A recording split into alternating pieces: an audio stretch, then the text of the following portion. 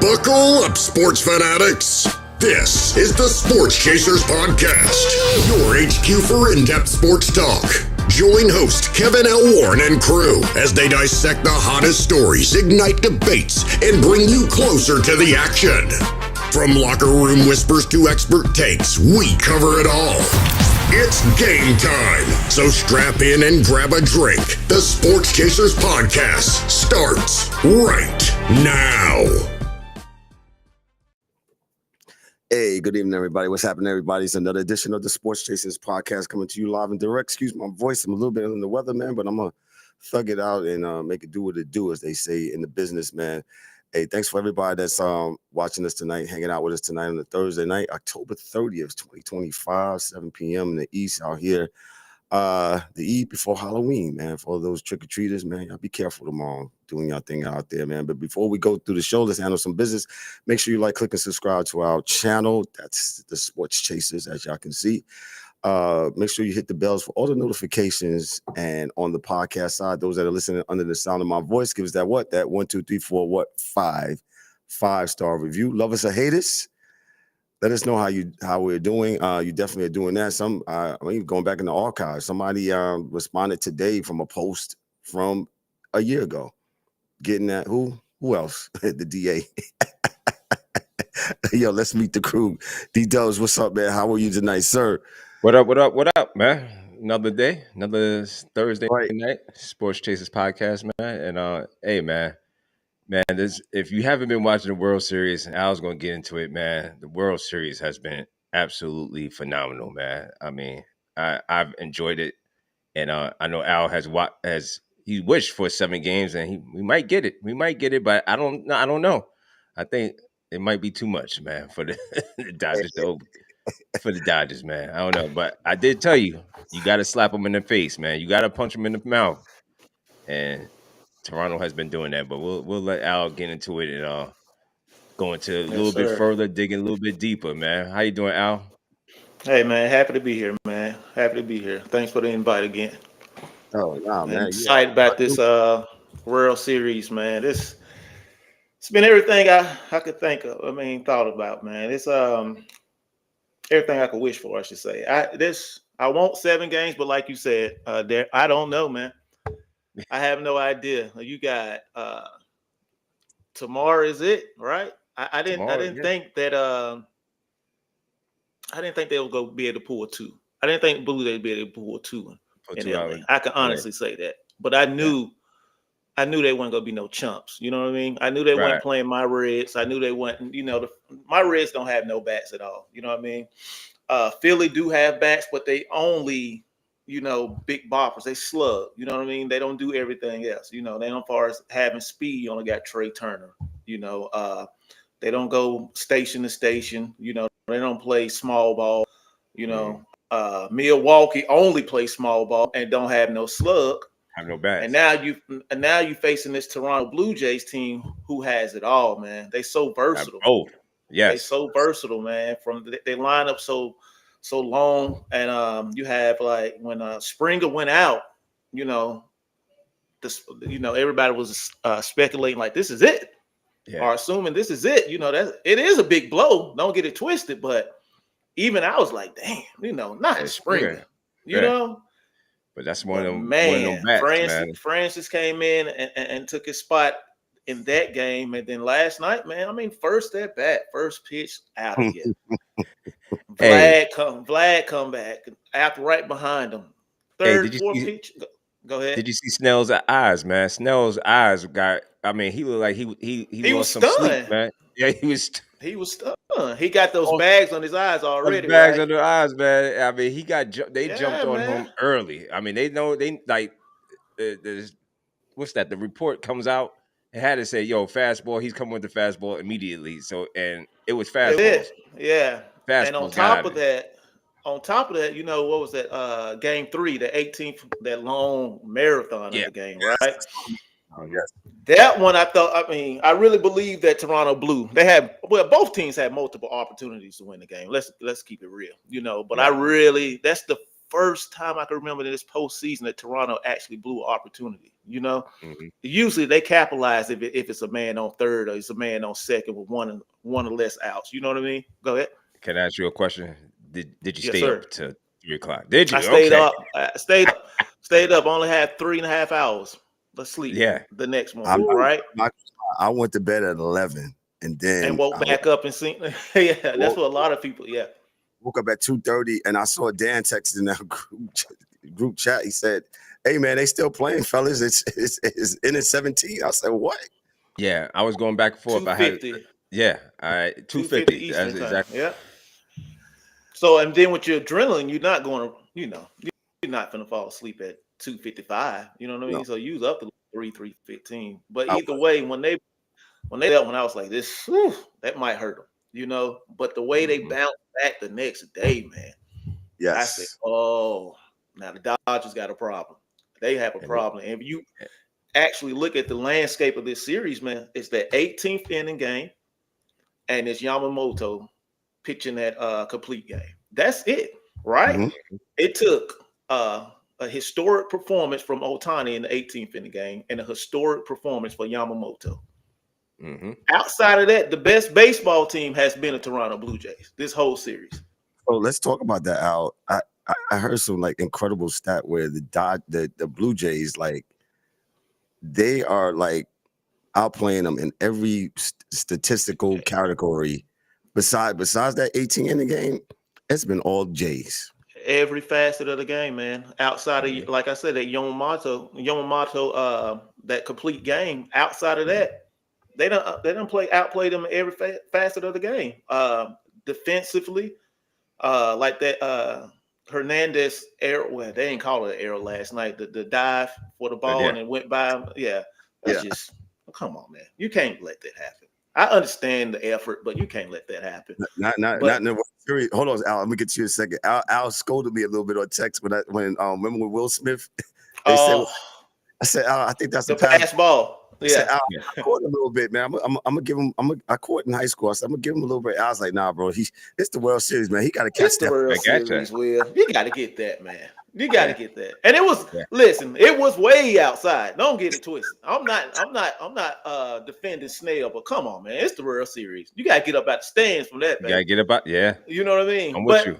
Only thing I could defend Will about, man, he done catch every ball this series. Like he behind every pitch he has behind the dish. But at the end of the day, it is the World Series, right?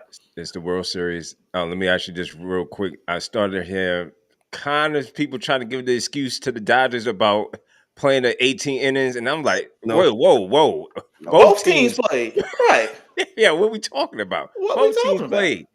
Oh, Ohtani needed IV, or I was like, nope. I was like, no, I'm not trying to hear. No, I'm really not trying to hear these excuses, man. Yo, listen. I'm with you. He can't be a superhero one day, then the next day he's normal baseball player. Yeah, no, we're not doing that. Not doing Pick that. Your side now. Yeah, that's it. And the Blue Jays have been playing, and so after that 18th inning game, they went the next game, pulled it out. I believe they scored 6 runs in the next game. And scored what they outscored the Dodgers, right? You said it, right, Kev? You have the numbers? Haven't been close. Yeah. Nope. Not at all. Yeah. It's not been close because they beat them last night 6-1. 6-1. Another 6-1. So it hasn't been close. Outside, like I said, the Yamamoto, a brilliant performance in game 2, and then the 18th inning game. Which in the 18th inning game, think about it, the Dodgers went up early. Blue Jays rallied back and took the lead. Right. Blue Jays had an opportunity. What's that? The 9th inning. Blue Jays had multiple chances throughout that game. So I'm not even going to speak on that one. That was so long ago. It felt like it was actually 2 games in one. Oh yeah. But outside of that, man, they have outplayed them. And Savage, Savage last night was just shut off, man. He threw a gem. I woke up this morning hearing so-called baseball analysts, not baseball analysts, but ESPN analysts on TV saying it's Dave Roberts' fault. I say, how? I was just about to ask you that. The Dodgers bats have gone cold? They did. Are they gone cold? And do you blame Dave Roberts on? I can't. On management. I can't. Let's use last night for example. Snell gave up 2 home runs with the first two batters, right? Correct. Snell only gave up one more run through 6 2/3. Yes. Snell left the game up down 3-1. 3-1. 6. I think he was out in six innings. 6 2/3. Yeah, 6 2/3. He was out. Snell leave with down 3-1. Final score 6-1. Mm-hmm. Come on, man. And you want Dave Robertson to trust that bullpen? He can't. He can't. There's nobody to trust. He's been like that all year. So what are we talking about? Yeah, I can't blame Mookie, man. I feel so bad for Mookie because I'm a Mookie fan. His confidence is shot. Man. Yeah, he's not doing so well this World Series, man. But things happen, man. Like I said, baseball is a game of failure, man. No, it's a humbling game too. Yeah, I don't know which one is worse, that or golf. Whew. I think golf might be a little bit more, man. But yeah, man, his confidence shot. You look at him, it's like he's trying to reinvent what's going on at the plate, man. Struggling very deeply, man. And that lineup change yesterday when they moved. I agree with that lineup change with Dave Roberts, man. When he moved Will Smith to the two hole and dropped Mookie down in one slot, and it still didn't help him, because they're going to continue to, in big spots, they're going to continue to pitch around Ohtani. You understand what I'm saying? Now, if it's nobody on base, they'll go straight at him, pitch him straight up. But if in big spots, they're going to continue to pitch around Ohtani because he's the only one that's causing damage, and major damage. Major damage, right, major right. Damage. And outside Kiki home run last night and Freeman bomb, the end of 18th inning marathon. But outside of that, that's it.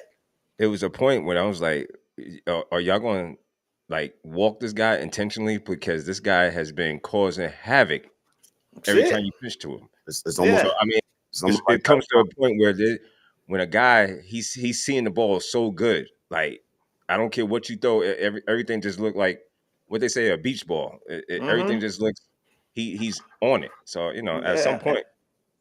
But last night they went straight at him. The 2 nights in a row they went straight at him. Bieber went straight at him and Savage last night. But that 18th inning, he had a historic night. Went 4 for 4, walked five times, 4 times intentionally, on base 9 times. You can't do nothing with them on that. I mean, and just every single time they walked, the Mookie came up and was like, "No, sir. Yeah, you don't have enough." That's an out. Like, that's crazy to say that about Mookie Betts, man. It's wild. Now, what do you think about what's going on in Game 6? What do the Jays have to do to close the deal and win the World Series for the first time in almost 36 years? Man, you Savage, man. You got to figure that out. You got to figure that splitter out, man. I'm not you Savage. I'm sorry, Yamamoto. You got to figure that splitter out, man. If he's on, he's gonna have 2 complete games in this postseason. He's on. Mm-hmm. Yeah. You have to figure that splitter out.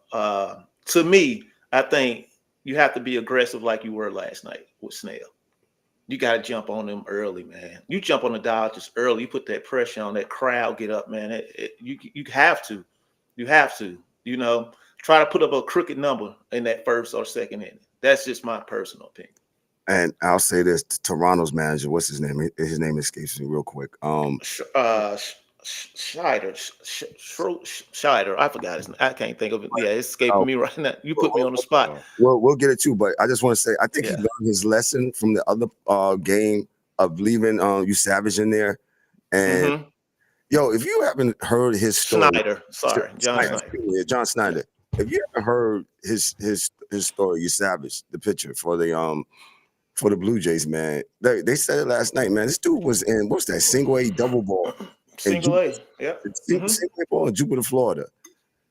Earlier this summer, he was a call up. I think he's making $96,000. He done had more postseason stars than he had regular season stars this year. That's amazing. That's freaking amazing. That's wild, right? It's amazing. It's amazing. And I think Snyder learned his lesson from the last time when he went and got him. He's like, yo, man. And that's why I say to all people who's, you analytics nerds and stuff like that, I think you have a place. But I think there's also the human element. What's the feel? The numbers, the feel, the gut instinct. Yeah. You know what? I'm gonna leave him in there. Human lyrics. You gotta have it, man. Humalytics. That's Yo, perfect. that's Al's. Yo, we got it. Yo, You we got it right here. Humalytics. You know what? And You need to put a t-shirt for that. Humalytics. You got to have it, man. He actually acknowledged what you said last night at his press conference. He did acknowledge what you just said. He actually learned from that experience. You have to have a feel of it, man. I mean, the numbers say one thing. The numbers do not and cannot feel the actual game at the moment. You understand what I'm saying? They're just looking at the numbers. So if I'm in that environment and I could see my picture eye and I could feel him and I could see that he got enough and the catcher is telling me he has enough, rock with him. That's who got you here. Rock with your boys, man. Rock with your boys. And I love this decision. You remember I texted you last night.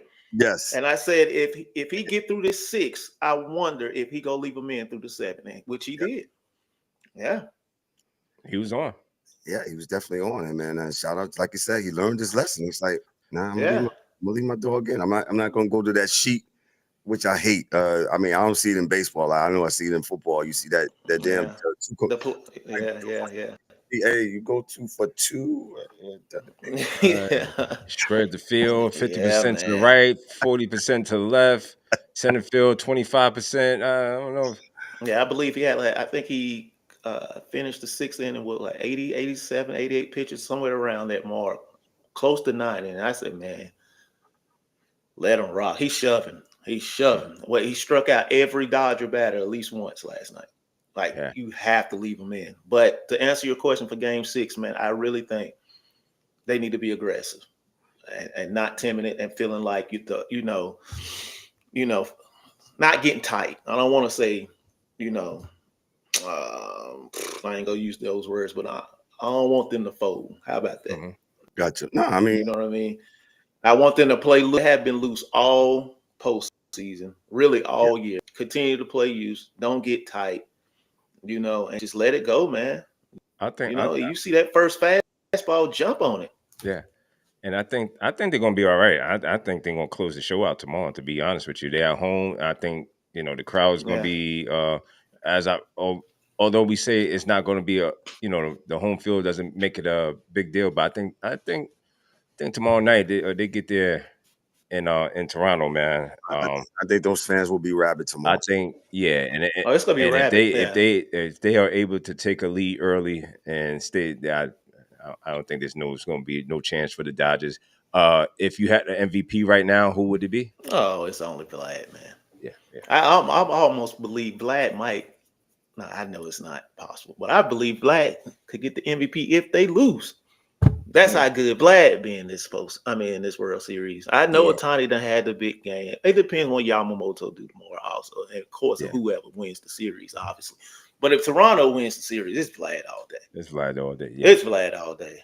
The Blue Jays last won their World Series in 1993 against the Philadelphia Phillies. And if y'all don't remember that was off of, what's my man's name? Joe Carter, right? Joe Carter, man. Carter off of, what they go, Wild Man Mitch. Mitch Williams. Yeah. Yeah, Mitch Williams, Lenny Dykstra. Those are the days, boy. Yeah, Philly was wild that day. Yeah. Williams was the premier closer in the closer at that time. Yeah, early 90s. He was spot on, man. But Joe Carter caught that fastball, man, and hit it right over the left field on wall by the fair pole in left field. And the Blue Jays won their title, man. So that was Game 6, right? Yes, it was Game 6. So walk off for them. All right, the Dodgers though. If they lose, what does this mean for them, if anything? I think it's a failure of a season with their expectations and their standards, to be perfectly honest with you. But I mean, 29 other baseballs and clubs will love it. But with their standards and their expectations, it's a failure, man. It's a failure. Not saying going into it like a lot of people were saying it was David versus Goliath, which I never believed in. No, not with this. Right. And I still, until it's said and done, I think the Dodgers had the most recognized talent, quote unquote superstars, Hall of Famers, but the better overall team is the Blue Jays. You know what I mean? And the record showed that. throughout the year. That's why we're playing game 6 and 7 in Toronto. So, but as Dodgers, I would assume Dodgers fans and Dodgers organization and executives will consider this as a failure. And where would they go from here? Probably continue to do what they've been doing, plug away. You know what I mean? Probably you might hear Tucker from the Cubs joining them, something crazy. You never know what they're doing all season. Pitching staff, I think they're fine. I think they got banged up a lot in the regular season, but that's no excuse because they all got healthy right at the key time. You know what I mean? Right at the end of the year. So that's no excuse. The bullpen has been a disappointment, but I will say this to defend that bullpen. The bullpen carried them throughout majority of the regular season because their starting pitcher was banged up. Absolutely. So I don't know about if anybody dug in deep enough to figure out like maybe the bullpen just worn out, but it carried them early on in the year throughout the middle of the year until the big boys got bright. So I don't know. Maybe it wore them out. I don't know where they go here, but they will consider this as a failure. I really believe that. And they go need a big one for tomorrow from Yamamoto. And can he do it again? It's possible, but we'll see. Right. If I'm the Blue Jays, I will say this. I do want to, if tomorrow I want to close them out. I don't want to go to 7. As a fan, I want to go to 7. But as a Blue Jay, if I'm playing rock and roll, I'm hitting every night. Yeah, I'm going to close this out. I'm ready to go because you go get Glass now on game 7. Yeah. Ohtani go be in that bullpen. Everybody's going to be in that bullpen, from Kershaw all the way down, everybody. So if I'm a Toronto fan or the players in that clubhouse, man, tomorrow is Let's get them out of game there for me. Let's get them out of there. Get them out of here. Yeah. Let's get them out of here, man. Anything else, Al, before I let you go, bro? Well, that's about it, man. Like I say, it's been a joy, man. It's been a joy. This World Series, the whole postseason has been good, man. I think this is good for baseball. I want to say that. I do want to say that. I know we spoke last week how, quote unquote, some people saying that the Dodgers are ruining baseball, and this was my point. Not saying it's over yet. They got to finish the deal, Toronto. Right. But this is my point. Like it's baseball, man. You know what I mean? You can't out muscle me. You can't out athletic me. It's baseball. If I have a better team who's smart and do the fundamental things and play the right way, I could beat anybody. Yeah, and it doesn't matter. Timely hitting, good pitching. I'm in the ball game. Doesn't matter if you have a hell of a roster, a payroll roster. It doesn't matter.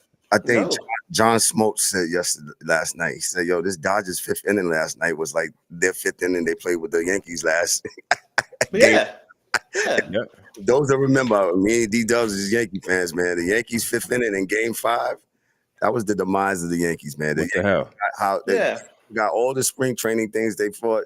What's the Cole doesn't run over to first base, but Judge fully forget everything. They don't know how to play. All of a sudden, Judge is fundamentals, routine fly ball in the center field. Ball. Yeah, man, just the routine things, fundamental things, man. I think Toronto is.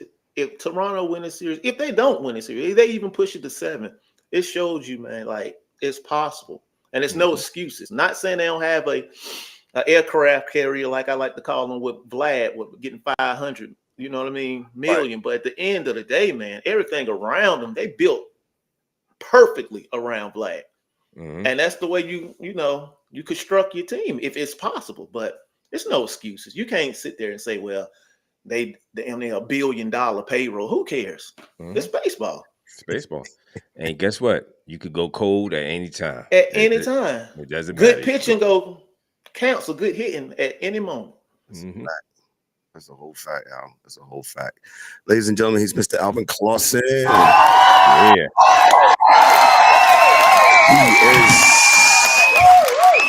He is our MLB contributor. Al does a wonderful job, man. He's been doing a great job ever since he's joined the team. And Al, I appreciate so much, man, for your insight. Appreciate y'all guys, man. And doing this, man. So Al, if we're not busy, if the Blue Jays do close out tomorrow night, we might have to do something on Saturday or Sunday to talk about their win. All around. We'll do that. Know. You got Let it. Me know. Al, take care. Right. You got it, bro. All right, fellas. Y'all be good, man. I appreciate the opportunity, man. You got it, man. Appreciate you. So, yeah, man. It's been a good World Series, man. I'm telling you, I've thoroughly enjoyed it. So, a lot of people, who don't, get the chance or don't watch baseball, I think this one, if you've been out the loop of watching baseball, I think this is definitely be an opportunity to bring you back, man. To enjoy some good baseball. So yeah, definitely, man. Let's move on to the news, man. And like I said, I'm running out of voice, but I'm good, man. I'm good. This is going to be carrying up from the betting scandal of last year, and just the other two major league sports. They had to chime in. And this one's from Jeff Passan of ESPN Sports. He says, Rob Manfred of MLB says the league's number one priority is to protect the integrity of the game. MLB is operating in a changed landscape. Sports betting is legal, widespread, creating new risks. Recent triggers for MLB's vigilance, arrests in other sports, investigation to pitcher Emmanuel Clase and Luis Ortiz flagged by betting integrity firm. Manfred said, we didn't ask to have legalized sports betting. Now we don't have a lot of choice about that. MLB is working with sports books and firms that monitor irregular betting patterns. Key is access to data. Once you're in the environment, you need to know to have the system in place that gives you access to the data, he says.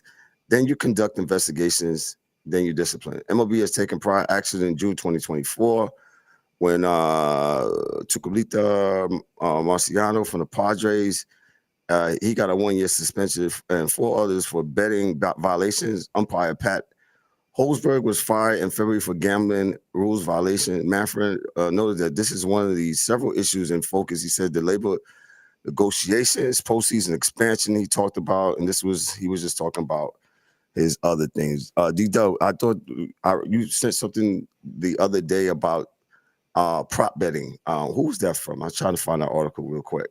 What did I send you? The prop betting? Yeah. Where was that? That was somebody in baseball wanted to get rid of. Was it Tony Clark? I'll look it up real quick. I believe it was Tony Clark they was talking about.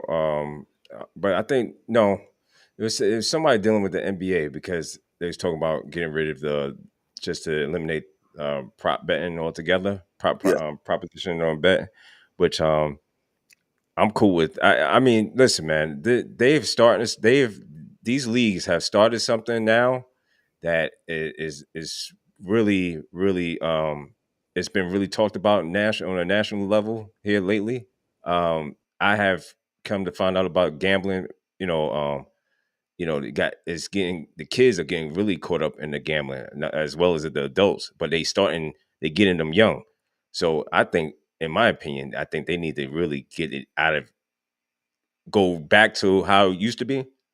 Now everybody's going to say the money. I know it's the money, but bro, if you don't want to, if we wanted to avoid what we've seen over the last 2 weeks, and now we're looking at the game differently. I mean, every time I scroll through TikTok, Instagram, there's somebody critiquing or seeing something that is like, yo, man, they betting on the game.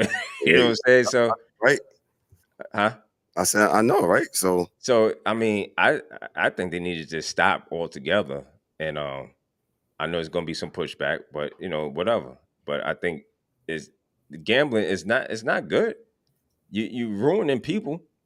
You know what I'm saying? This is nothing but a drug that people can't handle. And then not only that, then you got to worry about the people, the integrity of the people on the inside who's playing the game. Not only them, then you got the referees. The SEC just I was trying to find that article. SEC just got rid of a official, if I'm not mistaken, and I think they got rid of him for the entire year, if I'm not mistaken. I was looking for that one because I sent it to you, I think, earlier this week. Yeah. And so this betting stuff is, listen, I know what y'all was trying to do to get the money, but all money ain't good money, right? All money ain't good money. That's a saying for that's been the saying that's been saying for years. Yeah. You know what I'm saying? So, hey, eventually they'll figure this out. They'll figure it out, and I hope these players are not dumb enough to continue to be doing some of this stuff that's that's been alleged. Yeah, that's true. On some of these players. You know what I'm saying? So I don't know. They definitely gonna have to fix this issue. So yeah, I agree. I definitely agree. Because I've said this even with the fantasy football and all these fantasy sports, man. It's it you take away from actually enjoying the game too, because you're so busy worrying about. Oh man, I got so and so going tonight. Right, you understand what I'm saying? And it's kind of. And so is not even on your favorite team. Yeah, he's not even on your team, and you rooting against your teams. But we live in an era now where we just root for players. So right, that's a whole nother thing. That thing. So that's another thing. This is crazy, man. Well, speaking about other eras, it's just me and you tonight, man. And like I said, we're not gonna be on here long because my voice is shot. Yeah, what do you think about Michael Jordan coming on NBC Sports, and he talked about load management the other day and pretty much said, man, yo, this is whack what the today's players is doing. He did say that, and all he did was say what the sports chasers have been saying for last several years. We was talking about load management and this era, this past era, that's been load management, and it's not good for the game. I'm glad that he came from it as a player that he respect. See, we go back to a time where players actually respected the fans. They actually respected that this man paid his money to come see me to perform, and I owe it to him to come out here and give him a performance because he's paid the money for the ticket. Let me read a verse from the Notorious B.I.G. And it says, real sick brawl nights, I perform like Mike, anyone, Tyson, Georgia, and Jackson. And then he says some other stuff. Yeah. And the fact that he said that Big made a song about this and inserted a verse. Can anybody make a verse on load management tonight on during this decade? I mean, I perform like all of them. Sit at home, collect checks all night. Michael, Jordan. No, you can't say that about them. You can say LeBron. You know what I'm saying? I like it. It is, man. Yo, man. Yeah, I heard something the other day about Kawhi Leonard, how like the last 4 or 5 years, like the total number of games that he hasn't played is like equal up to like almost 2 years. I have to find it to be sure. Bro, I don't even check for him. That's how bad it's gotten. That's how bad. Like I don't even remember.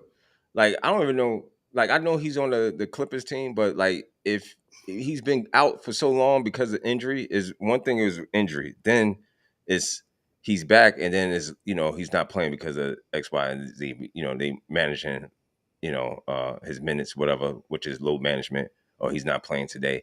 So it got to the point where you don't even check for him. You don't even care if he's playing or not. Yeah. And that's to me, that's crazy. That's crazy. But it definitely is. But that's and we again, the powers that be, they allowed it, and this is what you got. So that's why the product suffers, and that's why people are not really checking for the NBA. Like now this year might be there's a little buzz, a little bit, but again, you look at Anthony Davis. Anthony Davis is hurt. I don't know what's the deal with him. I think it's an ankle or an ankle or something else is going on with him, but he's out. Be like, you know what I'm saying? These players, cousin Shawna and moms, thank y'all for chiming in. V-Lac said NBA is a joke. Yeah, I'm not mad at him. I'm not mad at him. Better in the betting scandal. Yo, I mean, they did it to themselves. We didn't do it on purpose, bro. Yeah, we went in the Giant stuff. Yeah, it wasn't. It wasn't. Yo, man. Shout out to my sister. She's watching. She bought me this shirt, bro. Yeah. Shout out to that. That's why I put it on, man. But getting back to that, man. I just it's just what it is, man. I found some hope and optimism of watching the game this year. I mean, even the Lakers, man. I hope the Lakers get their squad back. All those real. Shout out to Austin Reaves. Yeah, AR-15 has been playing well, bro. Shout out to Austin Reaves, man. He went off tonight. He went off. He had 40 plus 50 points the other night. 40. You know what's going to happen when he come back, though, right? You know what's going to happen when he's going to be reserved to be a broom on the side. You know what I'm saying? And that if the Lakers are smart, they don't let that happen. Because I forgot about you, bro. I'm sorry, man. It's not like you text me either, though. But I did ultimately forget about you, bro. I got you the next time you guys are off. My apologies. Go ahead, D-Dubs. Yeah. But Austin Reaves, a game winner, a buzzer beater last night. He's playing really well with the Lakers, and even with Luka out. So he's doing his thing. So hopefully he keeps it up, and we'll see what type of there's always been a little bit of a glimmer of looking at Austin Reaves. You know what I'm saying? But he's getting his shot, he's getting his chance, and he's putting up the numbers, man. The last 3-4 games. I just hope he gets more of an opportunity, man. And yeah, I just think as some fans do, and some people may not agree with me. I think people have this fatigue of this guy, man, and they want to move on, man. Just want to move on. My man, Mike Millie's here. Mike Mills. Man, we wanted to talk. Salutations. Yeah, man. Good to see you, brother. Y'all Giants out, so I had to go, Oh, man. It was the Ravens, Thursday night. Thursday night, they playing tonight. They down here in South Florida, man, and it's a homecoming party for Zay Flowers and your quarterback, bro. So Lamar was just out there. He need to be on the field and not homecoming up. No, he too busy. I seen him out there.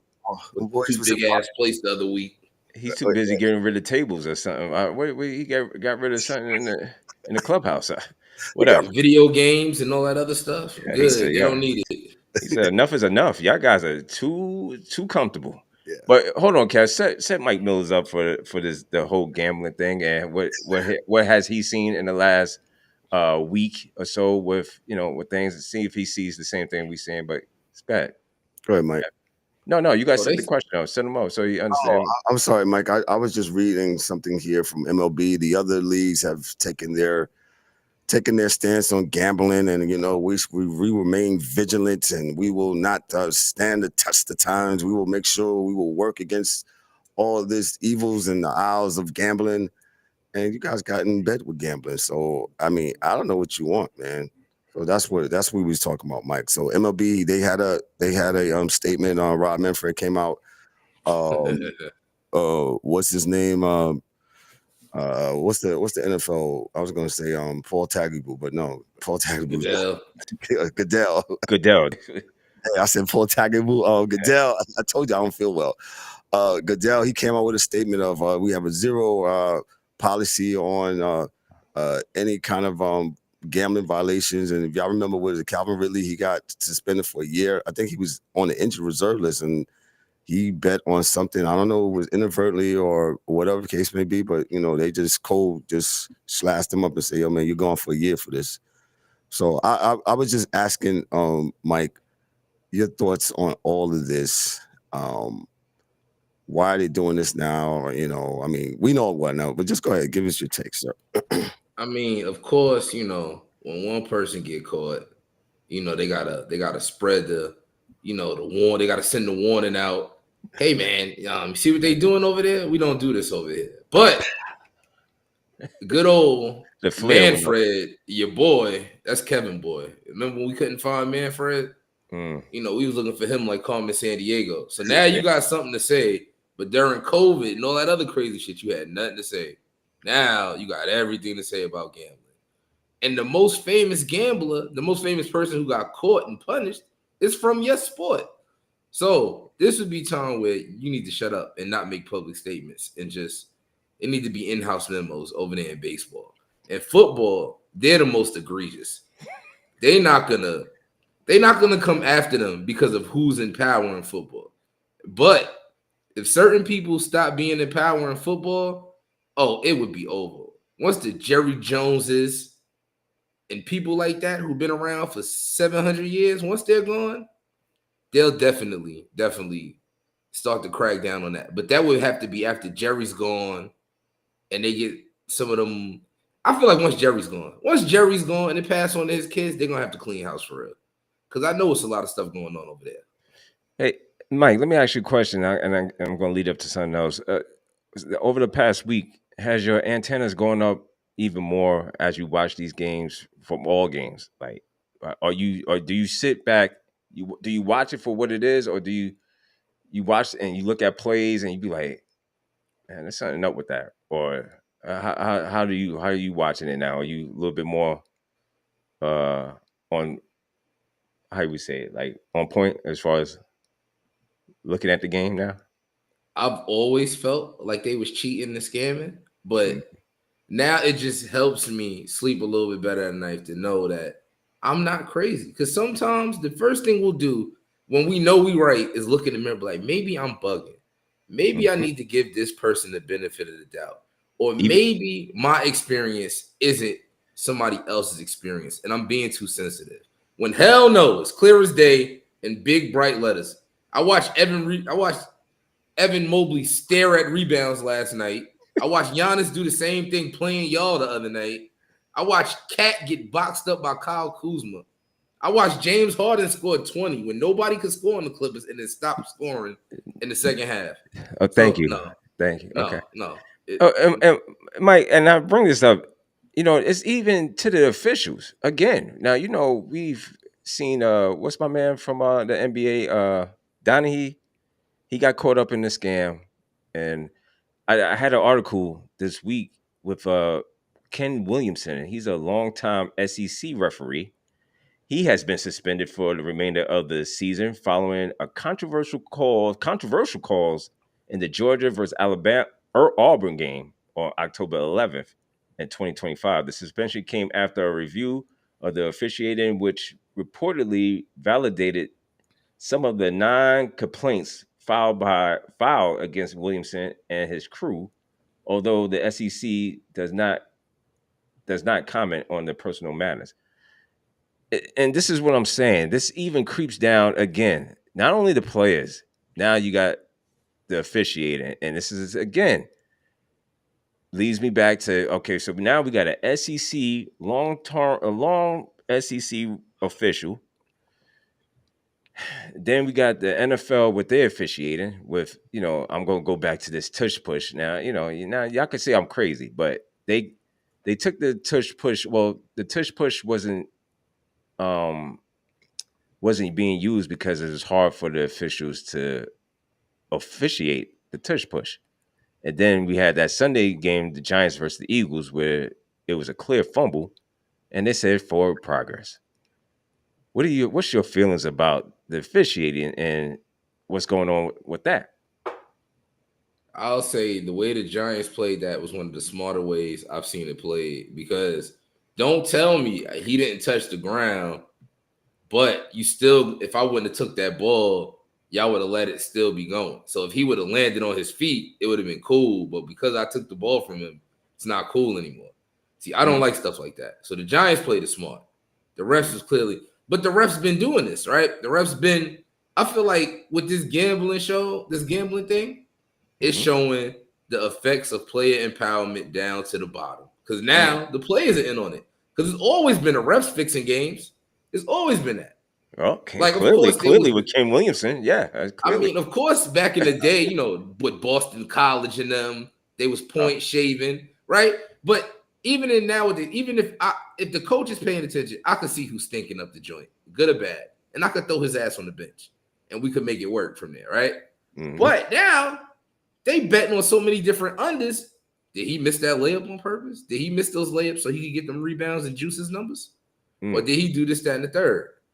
So, but back to the referees. The refs have been doing this. Man, I watched when Memphis lost their first game the other week. I watched their running back, clear as day, hit the pylon on the way out, and it was not a touchdown.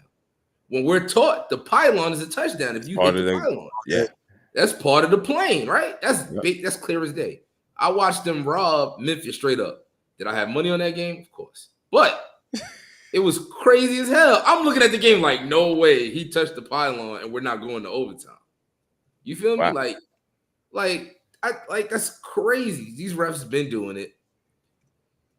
And I just hope they keep figuring it out. I mean, baseball, Coach Man's the umpire, what's his name? Angel? The guy who call everything a strike and everything a ball. I'm glad they got him out of there. I just need the rest of these leagues to pay attention. I just need you to keep your receipts so you can file a class action lawsuit when it comes, because it's coming. Boy, I watched. I was like, ain't no way. That's what I want you to do. Oh, keep your receipts. Listen, but man. Kev, I mean, yo, bro, I don't know about you. Like I said, man, everything is suspicious to me. All these guys, all these clowns.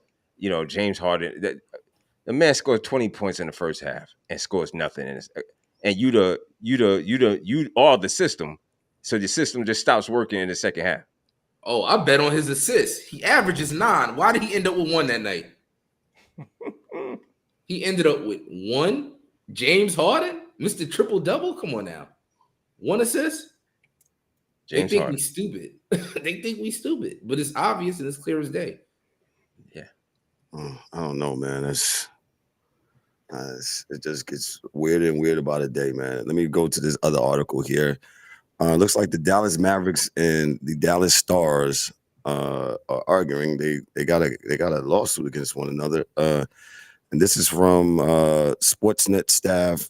This was yesterday. The Dallas Mavericks have sued the Dallas Stars for breach of contract, alleging the NHL team is foiling an attempt to improve the American Airlines Arena, according to Front Office Sports and the Dallas Morning News reports on Wednesday. The Stars have countersued, according to reports, seeking to restore normal operation. The two teams have shared the facility since relocating from Reunion Arena in July 17th of 2001. Several other claims were made by the Mavericks and the owners, Dallas Sports Group, including one alleging that the Stars are holding the American Airlines Center for hostage by not cooperating on discussions about renovations and operations of the arena. Their lawsuit seeks to marginalize the Dallas Stars to the role of a mere tenant and ultimately drive the team out of Dallas, Stars lawyer Joshua Sandler said in a statement to the Dallas Morning News. The goals of the Stars lawsuit is to ensure that the AAC continues to serve as a world-class venue for all those who call Dallas home. The statement further says the Mavericks are staging nothing short of a hostile takeover of the arena, according to Front Office. Hostile work environment? Yeah, I mean, I guess. So those who watch sports regularly, most arenas around the country are shared by NHL teams and NBA teams, right? In New York, you got the Knicks and Rangers. Boston, you got the Bruins and the Celtics. In Philadelphia, you got the 76ers and the Flyers, so forth and so forth. And there's other oddities where there's in some cities where they have just the NHL arena they have to be playing, and they have the NBA arena where the NBA teams play at. What are the reasons? So as you can see from this article, this all boils down to money. And I don't blame the Stars. I mean, you're not going to just punk me and think that I'm just going to be just a mere tenant. I want the regular shit of what's going on. Go ahead. But me and you share a house. I want hot water too, right? I mean, I don't understand what the problem is. I guess you ain't entitled to hot water, bro. You got to go boil your water outside. I got to go. I don't know, bro. Yo, this is crazy, man. But again, yeah, you're right. This boils down to money, and hey, man, they're taking it to they going by it, by the legal way. So litigation. Yeah, litigation, lawsuit, papers. Yeah, but that's how it seems like that's how things work out, and lawyers get paid, and Yeah, they talk all that big legal mumbo jumbo junk. Yeah. Get your own arena. I mean, it ain't like y'all don't got the money. Get your own arena. If you don't want to fight with them, they don't want to fight with y'all. Either make up or get your own arena. I've never understood that. Yeah, these $1 billion, these teams are worth all these hundreds of millions of dollars, yet they choose to cohabitate the same space. Even down to like the Giants and the Jets. Y'all got the money. in New Jersey is. If y'all already in Jersey, you know how much open space there is in New Jersey? Hey, Mike, as you said that, I forgot we talked about this. I believe Monday said somebody mentioned something about the Jets. I said that. Whatever happened to the West Side Highway deal? What happened to that? That got voted down, man. The people, the taxpayers in Manhattan said, in the city said, nah, we're good. We don't want that. We don't want that. But I said Monday night. You should go down to Long Island. I said the Jets just need to go back down to Nassau County. Well, they used to practice in Hofstra, right? I don't know what they're doing with the old Nassau Coliseum. Yo, tear that down, man, and build a stadium out there, man. I don't know, man. Yeah. But I'm like, Mike, why would you want to cohabitate, especially in football, with another team? Same thing with the Chargers and the Rams. The Chargers need to take their butts back down to San Diego, man. I don't know why the Rams are in LA. Yeah, I know back in the day, but come on. Yeah. What happened with the Rams? The Rams pretty much rented a place in St. Louis for 20 years. And when they didn't get what they wanted, Stan Kroenke took the team and said, yo, we bouncing. We going back to the Southern California area. Yeah, I think that's crazy. So in all the time, the fans get fleeced. Renting for 20 years. Come on, that's crazy. I'll say it again. I know this is a broken record. Y'all heard it time and time. I said when I first moved to Charlotte, North Carolina, I voted no on the arena package. I was like, no. I said, Mr. Benson got a lot of money. I said, no, he should build his own. And he didn't get his way. And then he moved the team to New Orleans. And then the city council people in the city of Charlotte, they was crying and stuff like that. And then I think David Stern promised if you get an arena deal, we'll get your team. We'll get a reincarnation of the Hornets. Well, they had the bad Bobcats. Yeah. And oh man, that was just awful, man. Bad Bobcats and bad Hornets. Now we back to yeah. Anyway, they got the arena built downtown Charlotte, man, and that's how it usually works, man. And I'm with Mike, man. These guys got dough, man, but I guess that's how they keep the dough. If they be cheap on some things, so that's how they keep the dough. So it's just what it is. They just keep arguing about this crazy stuff, man. So that's it when it comes to the arena deal. I guess the Mavericks and the Stars. See what the litigation says with that, man. Let's go on to DA segment. DA can't be with us. He's joyfully doing some things with his employer. So I'm taking his spot tonight for games worth and yard work. Let me see what he got here tonight. I said, hey man, don't forget no Friday night games. And he still forgot Friday night games.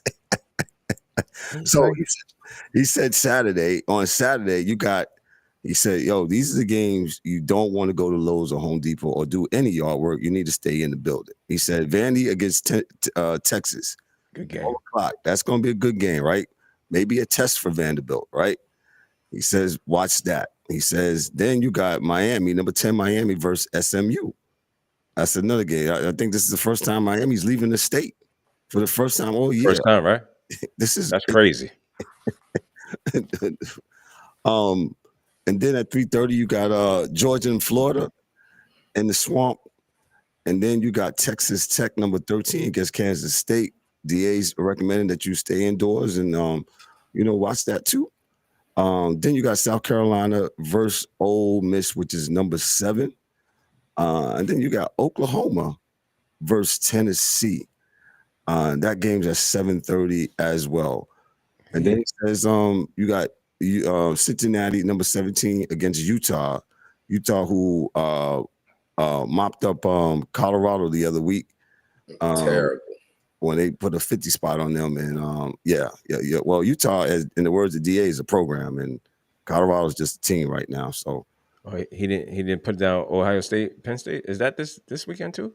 I don't know. Let's Oh, you didn't get the yet. I'm sorry. No, he didn't. No, he did not put down Penn State. I think why Penn State don't got no coach? Yeah, no, the DA. I know why he did it, but I was just messing with him because like that's his man. That's his man. You know what I'm saying? Penn State. That's his people. Oh, they've been getting that DA now. Now the Ohio State fans are mad at him, man. Well, what do you mean? We didn't play anybody and all this stuff, man. So yes, to all you that are new to the show, and yeah, DA is absolutely going to have his opinion on the AP Top 25, and I can't wait until they start doing this college football when they announced the rankings for that. I can't wait. So he really can go in and go off, because some of these people picking, what makes them qualify to pick? I don't know, but I'm with them to this at this point. I'm with going back to the computer, put the codes in and let it rip from there, because I can't trust these people, man. It's definitely a mess, man. So that's what the DA gave us for college football. Watch. He don't care about USC and Nebraska and Matt Rule. Is it Matt Rule? Matt Rule. Yeah, Matt Rule getting an extension, and well, I guess that's not to go to Penn State. Matt Rule is a Penn State alum, played there and all that. Walk on, actually. Yeah. And so give him that extension. So I guess he's staying. Anything to keep him out the NFL, please keep him down there. Extend his contract. DA didn't put down Oklahoma, Tennessee. That's a 7:30. Ease on Georgia Tech. Ease been pulling for Georgia Tech. They face NC State. They should, get rid of them. And you got Indiana should beat down Maryland. And you got Georgia. I said Georgia and Florida. Notre Dame is facing Boston College. Tennessee and Oklahoma. Did we mention it? Yeah. Tennessee. Yeah, I just mentioned it. Yeah, Tennessee, Oklahoma, and no, he didn't mention it. He didn't put it on here. So okay. Ole Miss and South Carolina. That's a late game. Georgia, Florida. Yeah. I don't know. We'll definitely see how that shakes down. Let me go to the NFL schedule real quick, and then we're gonna get on out of here. The NFL schedule, the Thursday night game. I'm gonna call it the return to the South Florida coming out party, or homecoming for Zay Flowers and Lamar Jackson. Hey, Ravens, please don't mess around and lose this game, man, because they can and they might. No, Mike, stop, because this is a important week for the Ravens, because the Chiefs play Buffalo. So, it would behoove them to go ahead and get this win tonight, because you don't know what's going to happen on Sunday with those two teams. Mm-hmm. I know what's going to happen. I can tell you now. Mike, Thomas, go ahead. But yeah, go ahead. Wait. The Chiefs are going to win this game, and it's going to be some foolishness at the end, like always. But the Chiefs are going to win. You heard it right here. It's going to be some. Chiefs going to win. Is the Chiefs at home? No, let me go through the schedule real quick. Okay. Baltimore versus Miami, as I said tonight, that's the Thursday night game. Carolina and Green Bay, Atlanta versus New England, Chicago versus Cincinnati, Denver versus Houston, Indy versus Pittsburgh. That's gonna be a good game. That's gonna be a really good game, I think. I think Indianapolis is gonna win that game. So Jonathan Taylor gonna run for 150 on them. And then the Chargers, Tennessee, Minnesota versus Detroit, Niners versus my Giants. Jacksonville goes to Vegas. Put a pin in that real quick. Minnesota, y'all look crazy. I'm just gonna say y'all look crazy. They about to look crazier. You know who's starting this week? Well, I know it's not Carson Wentz, because the return of JJ. Yeah, but the coach let Carson Wentz stay in there until he just tore off his shoulder. So now, because he didn't want JJ to get in there, so I guess we'll see. Man, Minnesota, y'all totally. I don't know what y'all was doing down there. So that whole thing. But go ahead. The coach of Minnesota reminds me when you be playing Madden and your guy got injured and you still leave him in there. Yeah. Yes, exactly. And go ahead. Go ahead, Mike. I'm sorry. They keep protecting and pushing JJ McCarthy like he ain't it, bro. The next great white hope. Like, boy. Nah. He hasn't, even the games he's played, he hasn't shown us enough for this protective push, because you push Sam Darnold out, right? And he's still up there hooping. You pushed him. Nah, we're not paying you, Mo. No. Yeah, you got us to the playoffs, but no. You pushed the guy that got you 14 wins. Pushed him out. And now he's over there in Seattle. Anybody with common sense would have said, "Yo, I think we've got a quarterback. I know we drafted this kid, but we're gonna have to put him on let him sit and watch." Yeah, We're gonna have to put him. Give Donald a little 2-year deal, like 50-something million, exactly. so you don't kill your cap. So now you got Donald on this, or 2 years, 60. You know what I'm saying? You get him on a little deal. He's getting the ball to the wide receivers. Y'all had a funky game that last game in the playoffs. Okay, but the guy got you 14 wins, for crying out loud. That should say something. But y'all went ahead, and no, that wasn't good enough. And this is what it JJ is, one more year. Year 2 of the Donald deal, you go, yeah, we're gonna have a QB competition, and then you sneak him out. You know what I'm saying? If he's downsliding, you sneak him out. But at least you have an assurance, you have a commodity, somebody who knows your offense, who's already a year within it, and he knows what to do. Yeah, I'm not gonna blame you about the Daniel Jones. I can understand you letting him, because y'all signed him last year. Facts. I can understand y'all letting him slide, but come on, man, you got a 14 win quarterback, and y'all let him go. Come on, man, y'all deserve everything y'all get right now for all this foolishness. But Facts. Go ahead, Kev. Yeah, let me continue on here. The NFL schedule. So Jacksonville versus the Vegas, Las Vegas Raiders. New Orleans visit the Rams, Kansas City, and Buffalo. And Mike, what'd you say? Let's say it again for the camera again. Buffalo is going to win this. No, boy, the Chiefs are going to win this game 27-24 on some BS at the end. Josh Allen going to fumble or something. It's going to be something stupid. I know it. I'm going with the Chiefs. And if Josh Allen fumbles off your prediction, he's going to get some smoke on Monday. I'm telling you. Yeah. He got to get it. He got to get it. Yeah. The aforementioned Seattle Seahawks, they go to Washington and play in the Monday night game against the Commanders. And then you got the Monday night game. You got Arizona Cardinals versus the Dallas Cowboys. Is he still affiliated with these Cardinals? Like, I don't know. What is it? Why? Like, when is he going to say enough is enough? Well, he did say he did say the other day about Kyler that, you know. This is the year, right? This is this year that it's his turn for some of that blame. He is on the same page I'm on, because I've been saying that.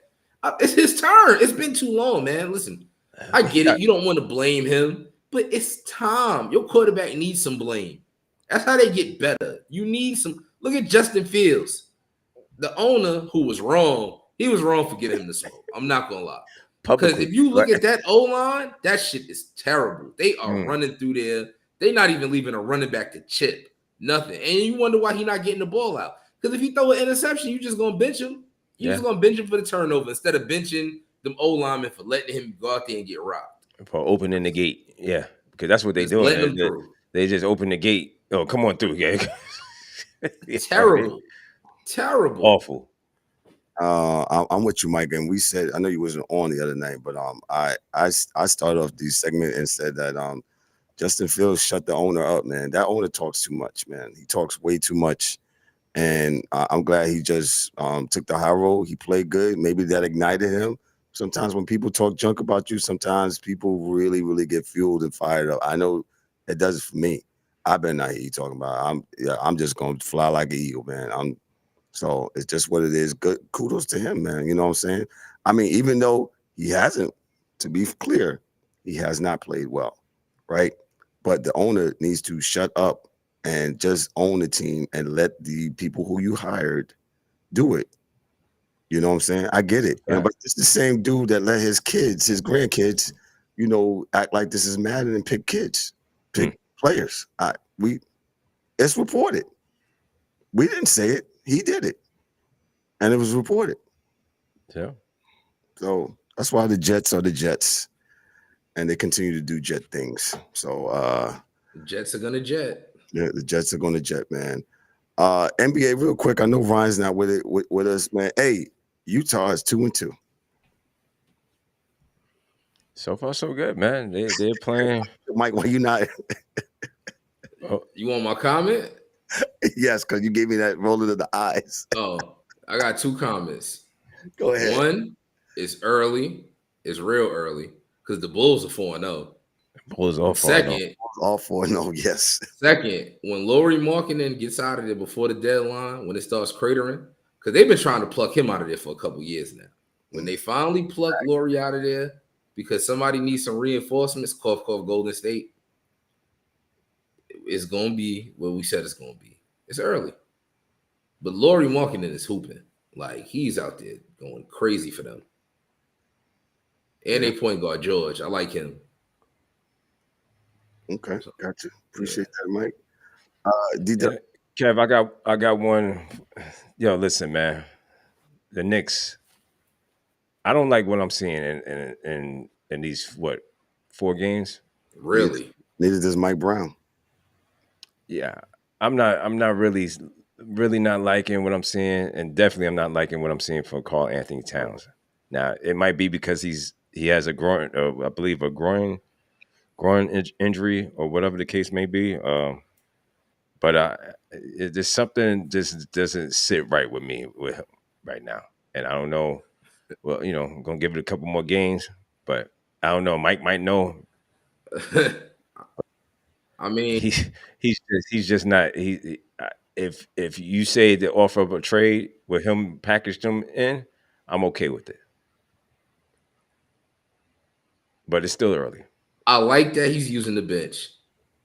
I like that he's rotating players. I like that. I like that the wings are getting involved. Like, this is what we thought OG and Mikal Bridges would be able to look like, right? Because last year it seemed like you get one, but you don't get the other. So you're getting both of them, and I like that. I still don't like Cat coming out in the beginning saying he don't know his role, right? I don't like that either. And then watching the game against the Bucks the other night, right? They're calling plays for Cat, right? The whole third quarter I felt like was predicated on trying to get Cat involved. So you got him. Did you see his stat line? Oh, absolutely. I saw his stat line. A lot of people was mad because they bet on his points. But I was like, I don't know why y'all did that. But I digress. Like, it was stat line was crazy. Right. So Cat couldn't post Kyle Kuzma up. He wasn't rolling on screens. He was trying to dribble the ball. Listen, man. They just need to get him some easy buckets. He need to pick and pop, or he need to roll, because calling plays for you is not working right now. And and I told y'all this about Mike Brown. Mike Brown needs a superstar to, like, lead the way. Like, he needs one guy that's gonna do all those, get other people involved, right? So with Braun, it worked because Braun is 6'8", and Braun is naturally pass first, right? With Kobe, that shit ain't work like that, because Kobe's like, no, I'm here. So I get the ball, and we figure out the rest when y'all get the ball.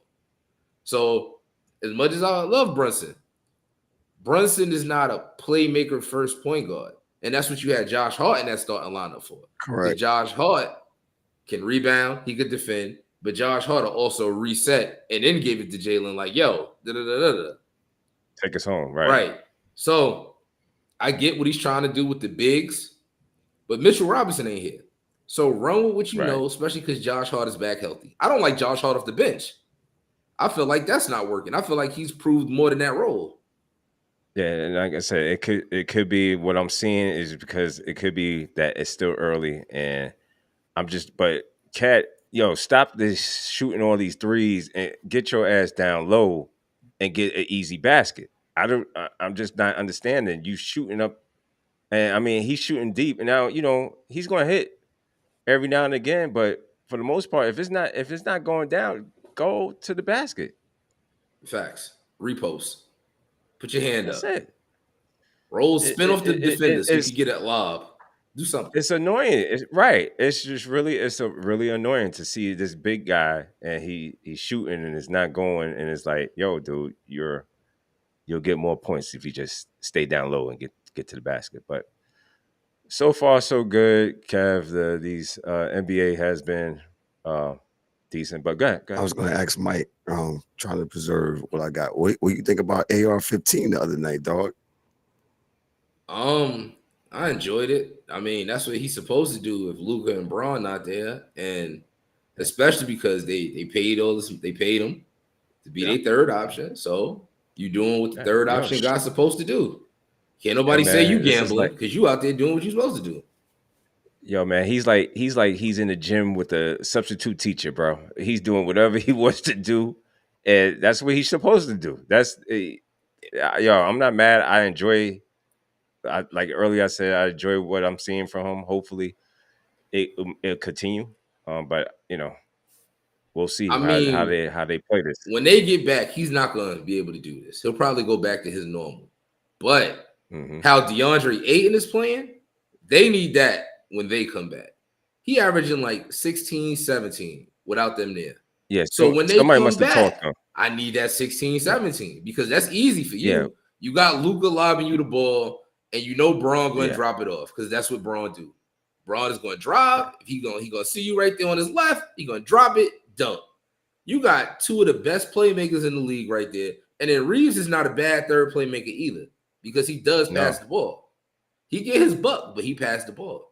So DeAndre Ayton just had him hands ready. He should be eating. He should be getting averaging about 20 plus points a game and cleaning up the glass.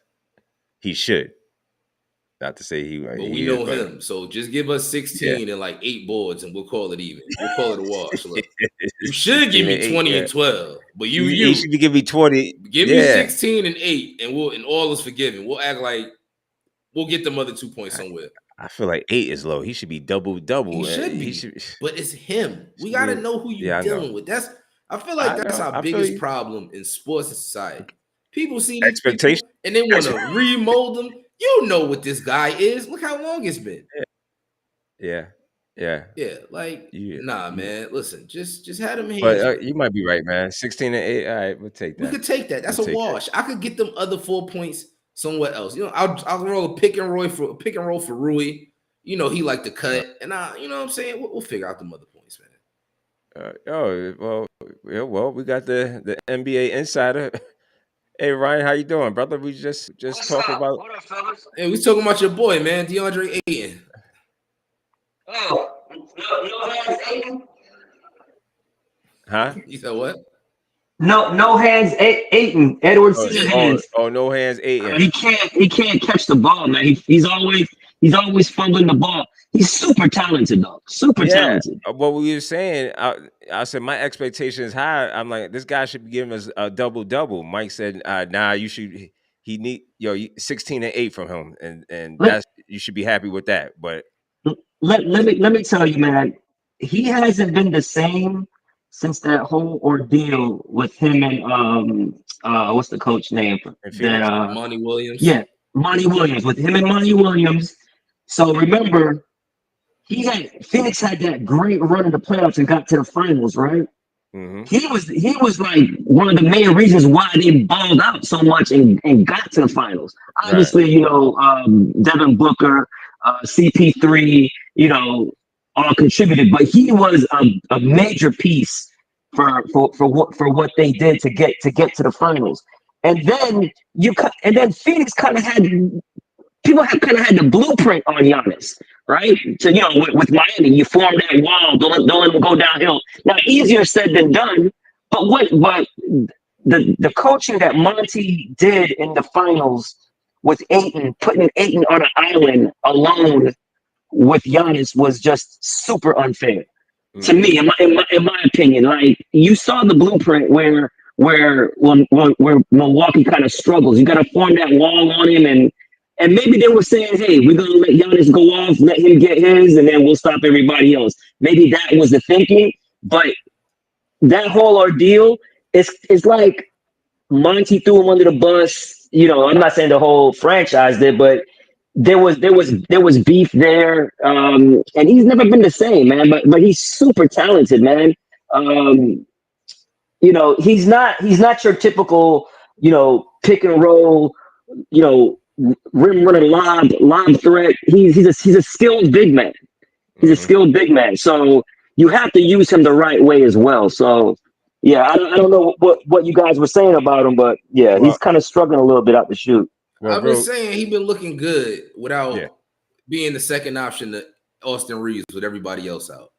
So yeah, I know he's not going to give you a dub, especially with Luka and LeBron and Austin Reaves. But if he can keep this level he's doing right now with him and Reaves, if he give us that 16 or that, 14 through 16, 8 bounce, they be all right. He just got to keep doing what he's doing right now. He looks good right now. No, he just got to be a threat. You got to be a threat. You got to be. You can't fumble the ball when they give you the ball. You know, you're going to get open looks because you're playing with 3 ball dominant guys. You expect, you know, when LeBron comes back and what Austin, hey, I might have been wrong on Austin Reaves, you know, all last year, you know, I was kind of, you know, poo-pooing on him. You know what I'm saying? Like with this game, like Austin why Reaves, are they so what Austin Reaves, like why has been playing ball, man. He's scored like about 240 plus games. And then last night he yeah, had the game winner buzzer beater. buzzer beater. Austin, He's playing phenomenal. He's playing phenomenal, and he's playing excellent ball. He's getting to the free throw line. He's commanding the offense. He's commanding the double team.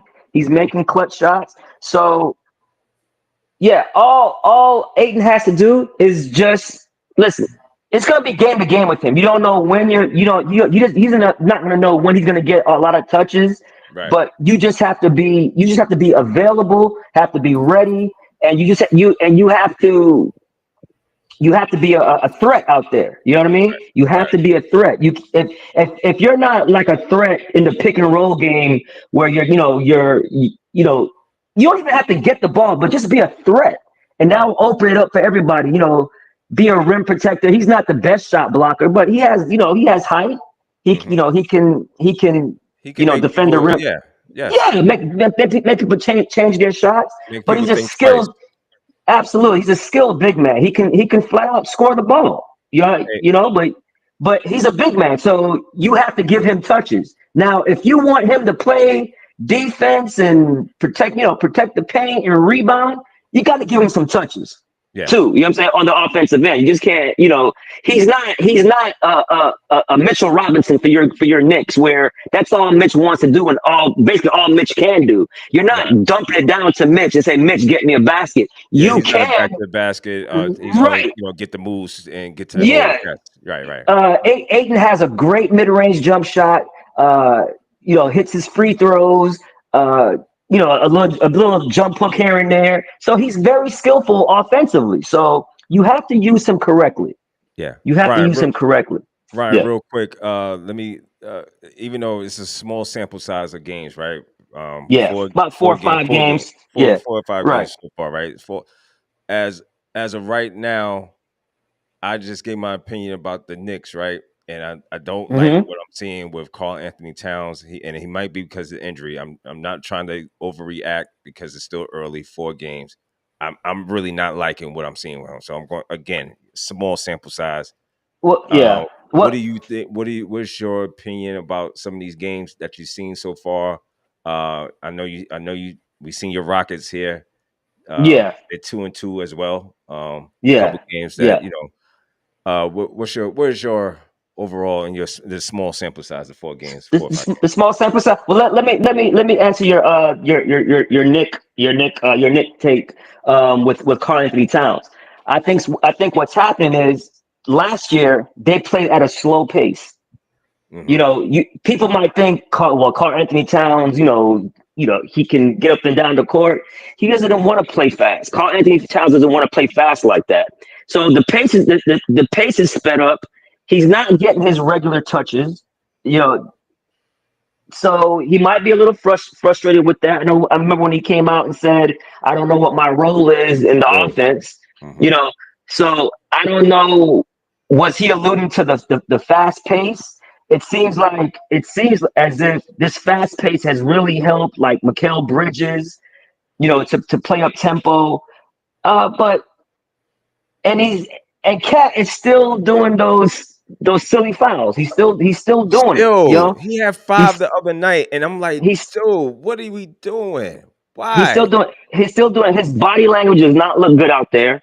It just doesn't. Only me. So I'm glad to know that. Okay. Yeah.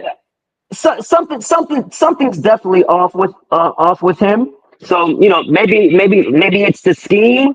Like I said, he came out and told you. We got to take him for his word. Yeah, he said, "I don't know what my role is," and he looks like a player out there who doesn't know his role.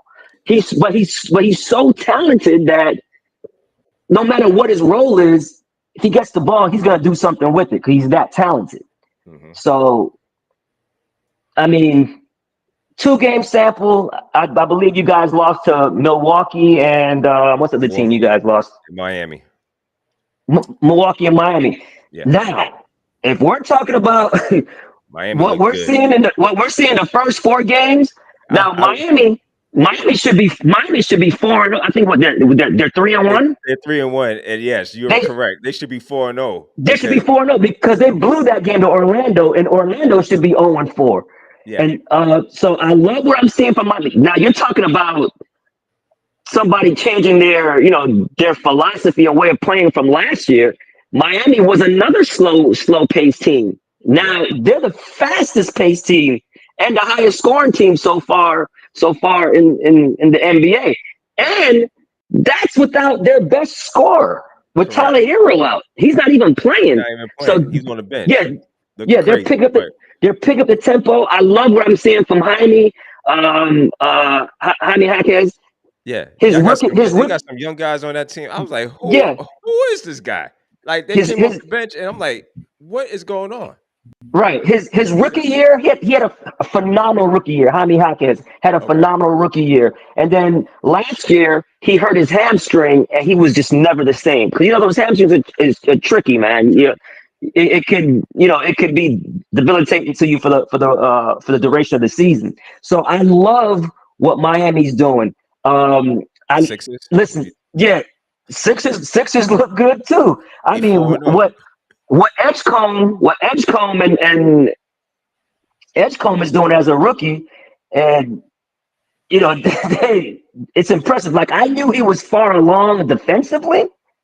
So I knew his defense was going to translate quick and be ready to go, but his offense has just surprised me. I'm like, wow, like him and Maxey are putting up crazy numbers for the backcourt, and that's what's carrying them, right? And they don't even have Paul George.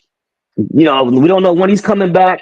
Yeah. Shockingly, Embiid was ready for the season. He came back and played. And he doesn't look all the way healthy, not in that, but he had a great game last night. Love what I'm seeing there. Orlando's been a disappointment. Who else? Nick. Oh, Dallas has been a disappointment. Oh, we knew that. Well, Mike Mills knew that. But, and he's hurt. He's out. He's hurt. Right. Yes. Yeah. Who else has surprised me? Golden State is off. 4.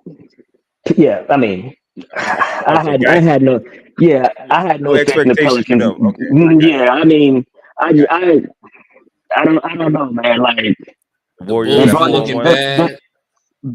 Not the Bulls. The Pistons been looking bad. Yeah, they won their last 2 games, and so they look like they're right. I think they're 3-2. They beat Houston, and they basically controlled that game against us.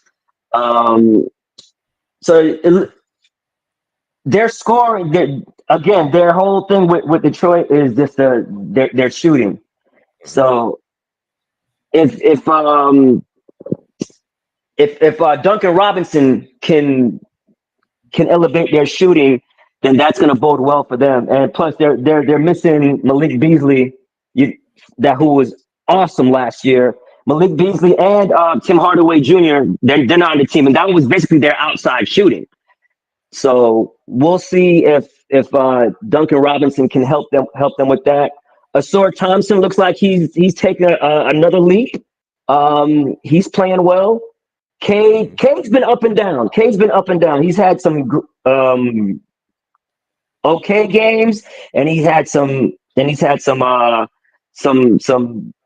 great games. Like last night, 2 games ago, I think he had like 10 points, or 3 games ago he had 10 points, and then last night he had 30. 12. It was 12. Yeah. So we'll see. Hey, you got a problem with Draymond not giving your Rockets any love, or you just taking it for what it is? You just what do you say about the Rockets? Oh, he just don't believe in y'all. Pretty much, pretty much they're saying he named a lot of other teams except for the Rockets to be contenders.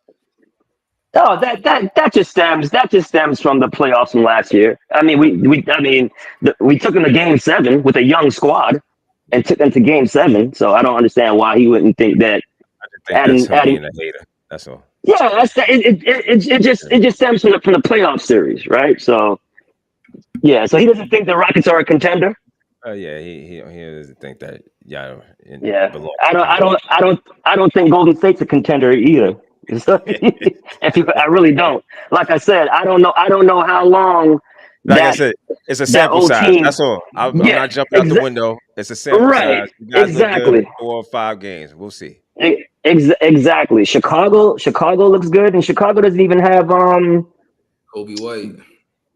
Exactly. Kobe White's not even there yet, yo. So yeah. So and Kobe White had a monster season last year. So we'll see if he takes another step. He opened it up. He had them looking good. Yes. After they got rid of Levine. Oh, definitely. Yeah. I will say this, and like I said, I ain't got no voice. Draymond just 7 hours ago, he just talked about the Knicks being a joke as a contender for the NBA Finals. Mm. Yeah. So he needs to slow his roll. Like, dude, okay, man. Like, for you to say that the Knicks aren't a contender now granted, if the Knicks were in the Western Conference, maybe not. But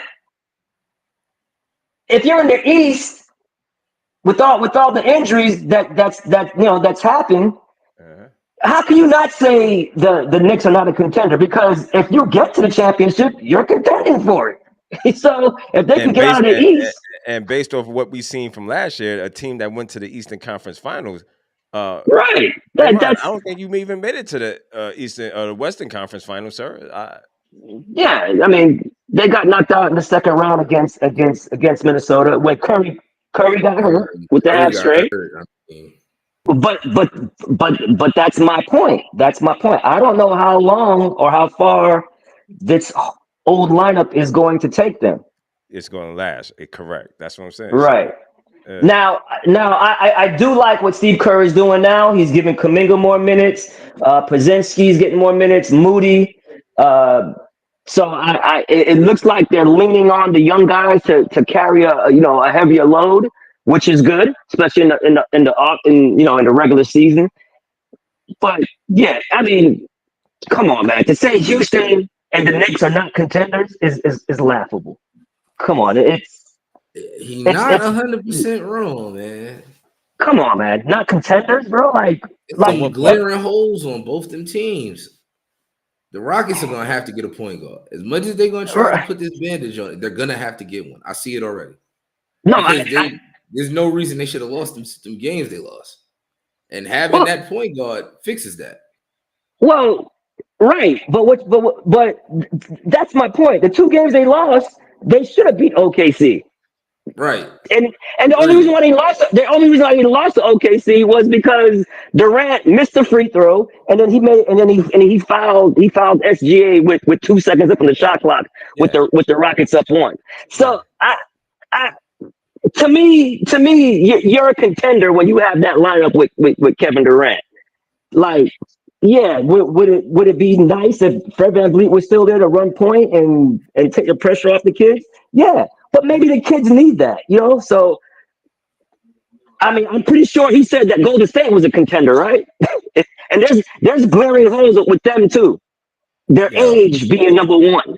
Hey, so Ryan, like I said, sample size. I'm not even taking what he says as anything of substance right now. Who did he say were contenders? Oh well, of course he said his team, and of course, yeah. The wheelchair team, and again. So I'm pretty sure he said OKC and Denver and Golden State. Those are the only 3 that are contenders, right? Yeah, get out of here. In there too, if I'm not mistaken. The Lakers are not contenders, bro. They're not. He's not gonna mention nothing with your main man KD on there. So the Lakers are not contenders. It's laughable to say that the Rockets aren't contenders, but the Lakers are. Money, yeah, Stop. that's right. That's crazy. Stop. One, Hey, one, one. We know the Rockets are going to be engaged because what? They're going to play defense. And defense. Are the Lakers playing any defense? Let me know. Their three main guys are traffic cones, including LeBron now at this age. So on the defensive end, we know the Rockets going to beat the hell out of you with that big lineup. And now they have a closer in KD. He didn't close the game in OKC, which was disappointing. But I like the fact that they were the only team this year who was even close to beating OKC. Yeah, and OKC is off to a 5-0 start. So, and they was close. Matter of fact, some would say that they probably should have won that game. So Rockets. Right. If KD makes a free throw, they're up 3 with 3 seconds left. They're up 3. Then you play the fouling game, and then and then you just ice the game. Yeah. But it's basketball. It gets that close if you got Terry Easton bringing the ball up, and you having empty trips, and you got your power forward center dribbling the ball up the court. You feel me? It's just the little stuff. That's all. All these little things they're gonna compile because you see it happening now.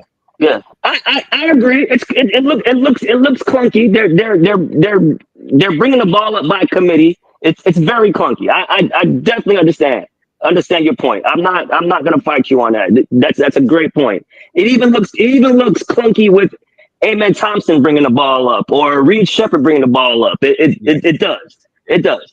So it really does. That's something they could clean up. I'm not again, like I said. I ain't saying go get a big superstar. Go get Elfrid Payton. Remember last year somebody picked up Elfrid Payton. He was having triple-double games. Go get you somebody that could take 20 minutes off that clunkiness, and then there you go, clear shot. Yeah, I mean, I said, I think most of these teams are trying to figure out lineups right now. I don't think none of these lineups are etched in stone as of right now. I think they're trying to figure it out. So. We'll see. My thing is, and I really believe that this whole rumor with Giannis and the Knicks, and they were talking. I really believe that trade is going to happen. I really believe it. Hey, Ryan. I really believe it because if you watch the game with them, like Giannis was trying to prove a point to the Knicks. Oh, he proved it with me. I would make the deal right now. I would give Cap. Listen. I'm giving everybody but Brunson. Yeah, I'll pack the Cat up and somebody else, and that's it. If you want Cat, OG, and throw or Cat, OG, Bridges, not all 3 because the money has to work. One of the other. But and then. Josh Hart, bye. What the hell? Like you got to keep hard, but OG and Cat, I agree, some draft picks. Yeah, I said I was one of them. Like Kev, I'm like, nah, I don't want them. But after what I've been, my four game sample size, I'm trying not to jump out the window, but I do not like what I'm seeing for Karl-Anthony Towns. Period. And I just don't like it. And if they want to make that trade happen, go ahead.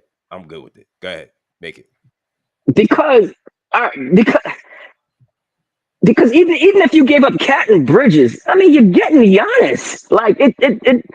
Like I don't even know why. Milwaukee would want to do it at that point, unless LeBron says, "Hey, I want to go to New York." And Hey Ryan, that's not my issue. I don't. If they want to make it happen, let's make it happen. I'm just saying. I know what you're saying, but if I was a Milwaukee fan, I'm like, right. Like go ahead, Kev. Listen, I'm giving them whatever package they want as long as Brunson's not in it, because you want to pair him with Brunson. Yeah. Do we got to get his brothers? No. Yes. Yeah. No, we're not taking. He can't function without his brothers. You have to. You damn right. You got to take his brothers. Y'all took J.R. Smith, brother. Take his brothers too. Who is J.R. Smith, bro? J.R. Smith? Yeah, J.R. Smith, bro. His brother when we came back from China. Oh, okay. Hey man, y'all took J.R. Smith, All right, brother. man. All right, whatever it takes, man. Because if I have to look at this Karl-Anthony Towns rolling around, taking threes and not hitting, and rolling around to the rim and always falling down and looking clumsy and looking like he's awkward. He looks very awkward. It's not pleasing looking at him play ball because he looks like he has two left feet, but he's still skilled with it. He still gets to his He's spot. very skilled. Yeah, it's like there's something wrong.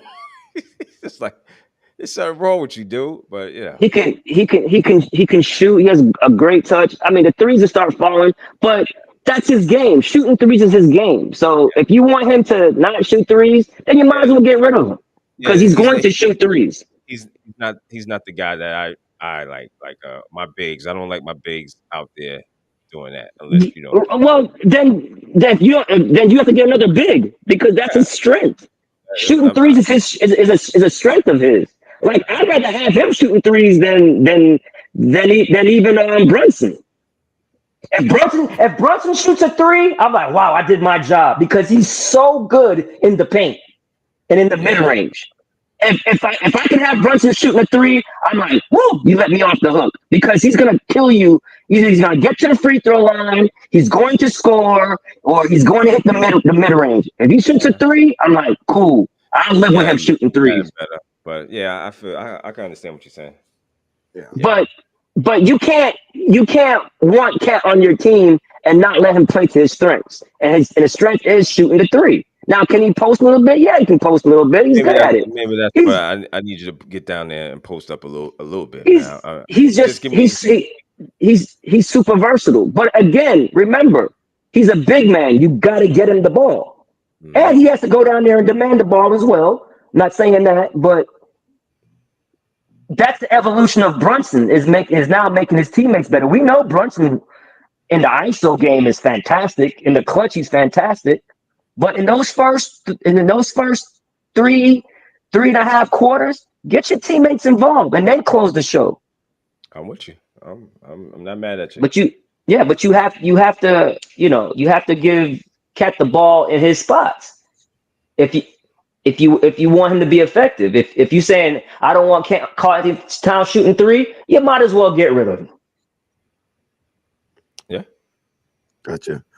Yeah, Ryan, is that all you have for the NBA? As Mike looks like Ayton is going to look like he's going to get 200 yards tonight, man. Jeez, he keep running on the Dolphins. On the Ravens. I mean, can Derrick Henry score on a damn 1 yard line for God's sakes? Jesus, man, how many times did he get stopped at the 1 yard line? For third and one, I got him in my fantasy team. I need him to be big tonight, man. He gets stopped. God, man, it's so frustrating. A 6 foot guy, 200 plus pounds, and he can't get it in from the 1 yard line. Okay. Listen. He's more likely to hit a home run for 60 yards than to score at the goal line. And trust me, I know. I'm a Tennessee Titans fan. I've seen him his whole career. Well, at the goal line, because at the goal line, it's just you got to hit the hole. He takes a long time to get churning because he's so big, right? You would think, okay, he'll get the ball and fall forward, but his acceleration is not as great as a smaller back because he's so tall and so big. He's like a truck. You know what I'm saying? Like a diesel. You know, it takes time to get going, but once it gets going, downhill, he gets going. Yeah. Exactly. It's the first time I saw Mike McDaniels get mad. He's mad at that. Yeah, he did. And they just missed the chippy field goal. It's the chippy field goal, man. Pardon shots. Ryan, I'm sorry. Is that it? Sorry, that's all you got? Yeah, bro. That's it. Appreciate you, bro. Pardon shots. We'll start with D-Dubs. D-Dubs, what you got for us tonight, sir? Nothing, man. Great show. Good little talks about the NBA, MLB. Shout out to Alvin for coming through. Talked about that World Series games. And that's it, man. Good night, man. Everybody have a good weekend. Yep. Mike Mills, what you got for us, sir? Wait, Mike, before you go, you got to chime in. Both you and Ryan, we celebrated our 7 years anniversary on Monday. The Sports Chasers turned 7. Oh, man. 7 years? So you guys, man, we got a second grader. Damn. I'll let Mike talk and then I'll let Ryan go. Go ahead. Mike's been with us since day one. Go ahead, Mike.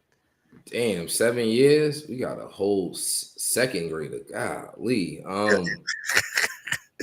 Man, it's been a ride. It's been some ups. It's been some downs. It's been, if you was here from day one, you know what the setup looked like. We done been through a bunch of logos. We done, you know what I'm saying? Some of us, we've done a lot in these 7 years, you know?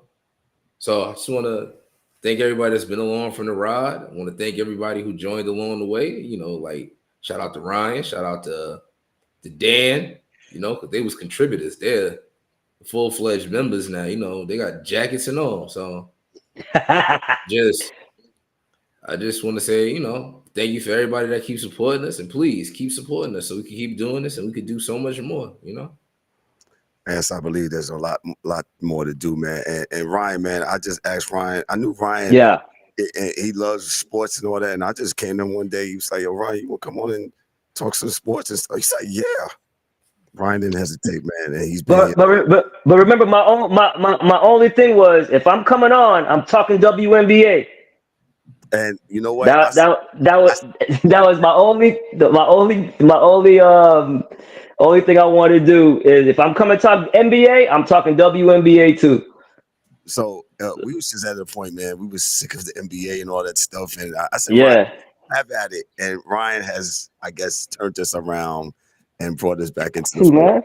Brought y'all good luck. Ever since I came on the show, man, the Knicks have been all right. Go ahead, Ryan. I'll let you know. Nah, man. Hey, but kudos to you guys for starting this 7 years ago. Just what an achievement, what an accomplishment. I always said when I first started, man, you guys are very thorough. You guys are very consistent, and kudos to you guys. And also to speedy recovery, man. Let's see.